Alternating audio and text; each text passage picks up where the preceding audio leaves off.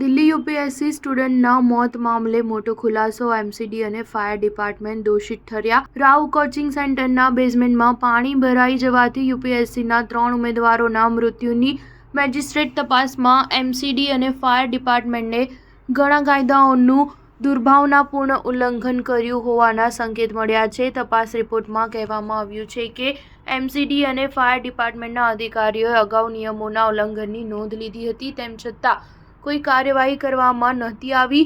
Magistrate તપાસમાં IAS study સર્કલને પણ દોષી ઠેરવવામાં આવ્યું છે. મહેસૂલ મંત્રીને સોંપવામાં આવેલા રિપોર્ટમાં અનેક ખુલાસા થયા છે. રિપોર્ટમાં કહેવામાં આવ્યું છે કે રાવ કોચિંગ સેન્ટરના માલિક અને મેનેજમેન્ટ પણ વિદ્યાર્થીઓના જીવની પરવા કર્યા વિના બેઝમેન્ટના ખતરનાક દુરુપયોગમાં સામેલ થઈને ગુનાહિત બેદરકારી માટે જવાબદાર હતા. રિપોર્ટમાં ખુલાસો થયો છે કે બિલ્ડિંગમાં નિયમોના ઉલ્લંઘનની એમસીડી અને ફાયર ડિપાર્ટમેન્ટના અધિકારીઓએ અગાઉ પણ નોંધ લીધી હતી, પરંતુ તેમણે કોઈ કાર્યવાહી નથી કરી. તપાસમાં વિદ્યાર્થીઓ અને વિવિધ વિભાગોના અધિકારીઓ સહિત 15 લોકોની પૂછપરછ કરવામાં આવી હતી. એમસીડીએ અહીં નાણાંમાંથી અતિક્રમણ નહોતું હટાવ્યું. બીજી તરફ ફાયર વિભાગ આ વર્ષે 1 જુલાઈના રોજ નિરીક્ષણ દરમિયાન એમસીડીને લાઇબ્રેરીના રૂપમાં બિલ્ડિંગના બેઝમેન્ટના દુરુપયોગનો ઉલ્લેખ કરવામાં પણ નિષ્ફળ રહ્યું હતું. કોર્ટે બુધવારે રાજેન્દ્રનગરમાં કોચિંગ સેન્ટરના બેઝમેન્ટમાં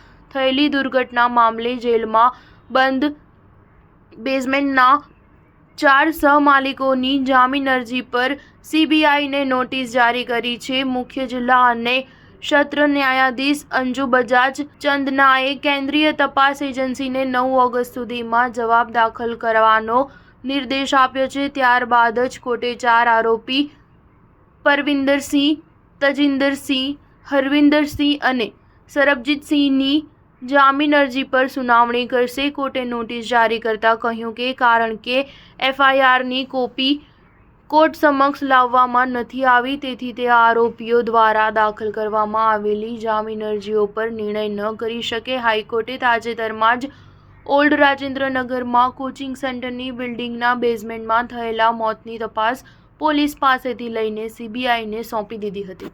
સ્ટાર ન્યૂઝ 7 હંમેશા સચ્ચાઈની સાથે.